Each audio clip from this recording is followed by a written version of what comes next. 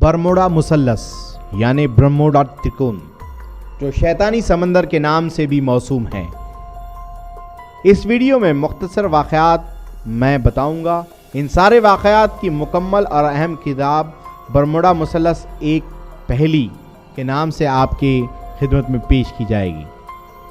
یہ شیطانی سمندر امریکہ کے مشہور میامی سے شروع ہو کر سمندر کے بیچوں بیچ برموڈا جزیرے سے جا ملتا ہے اور وہاں سے سن جان نامی ایک اور جزیرے سے جا کر جڑتا ہے اور وہاں سے واپس میامی میں جا کر ملتا ہے، جس سے ایک مثلث کی شکل بنتی ہے۔ یاد رہیں کہ مثلث یعنی کہ ٹرائنگل امریکی ڈالر سے لے کر ہر دجالی نشان میں استعمال ہوتا ہے اور یہ اس کا نشان ہے۔ اس مثلث میں کم و بیش 300 جزائر ہیں۔ امریکی میڈیا کے حساب سے اس جگہ پر عجیب و غریب خوبصورت سرگرم ہیں۔ سب سے اہم بات یہ ہے کہ اس مثلث کے اوپر سے جو کوئی ہوائی جہاز گزرتا ہے وہ آج تک دنیا میں واپس نہیں آتا۔ بحری جہاز یعنی کہ شپ بھی جب اس مثلث سے گزرنے کی کوشش کرتی ہے تو وہ ڈوب جاتی ہے اور ان کا پتہ دنیا والوں کو پھر کبھی نہیں ملتا۔ اب مزے کی بات یہ ہے کہ اس جگہ سے اڑن تشتریہ یعنی کہ UFO بھی باہر آئی تھی، جو 1945 میں واشنگٹن کے وائٹ ہاؤس پر نظر آتی تھی۔ بس ان کا UFO کا نظر آنا ہی تھا، ایک نئی مخلوق کی باتیں دنیا میں شروع ہو گئی۔ لیکن کیا بھی آپ نے بھی کبھی غور فرمایا ہے کہ ان UFO نے کئی سائنسدانوں، انجینئروں، کمپیوٹر کے ماہر لوگوں کو غائب کر لیا؟ میری اس بات پر آپ کو ہنسی آئے گی اور ہاں شاید آپ سمجھیں گے کہ میں نے حد سے زیادہ ریسرچ کر لی ہے، لیکن ایسا کچھ نہیں ہے۔ یہ ساری باتیں امریکی میڈیا نے بتائی ہیں اور سب سے اہم بات تو یہ ہے کہ اس جگہ پر کچھ ایسے واقعات بھی پیش آئے ہیں جن کے بارے میں اگر آپ معلوم کریں گے تو آپ کی عقل دنگ رہ جائے گی۔ اس علاقے میں غائب ہونے والی کشتیاں کبھی ساحل پر واپس آ جاتی ہیں، لیکن ان کے اندر سفر کرنے والے مسافرین ان سے غائب ہوتے ہیں۔ اب یہ تعجب کی بات ہے کہ ایک کشتی ساحل سے مسافرین کو لے کر نکلتی ہے، لیکن اس جگہ سے گزرنے کے بعد ان میں سے مسافرین غائب ہو جاتے ہیں، اور کبھی ایسا بھی ہوتا ہے کہ صرف جہاز غائب ہو جاتا ہے اور مسافرین ساحل پر پڑے ہوتے ہیں۔ یہ کوئی سائنسی وجہ نہیں ہے، اس کے پیچھے کچھ اہم قوتیں کام کر رہی ہیں۔ برموڈا ٹرائنگل کی قابل ذکر واقعات۔ امریکہ کے سابقہ نائب صدر کی بیٹی وہ پیٹریو کشتی میں جنوبی کیلیفورنیا سے نیو یارک کے سفر پر 30 دسمبر 1812 عیسوی میں روانہ ہوئی تھی، لیکن یہ جہاز نیو یارک پہنچا ہی نہیں اور اس جہاز کا راستہ برموڈا مثلث سے گزرتا تھا۔ 13 ستمبر 1864 میری کیلسیٹ نامی بحری جہاز پرتگال کے باشندوں کو لے کر برموڈا مثلث سے گزرا اور لاپتہ ہو گیا۔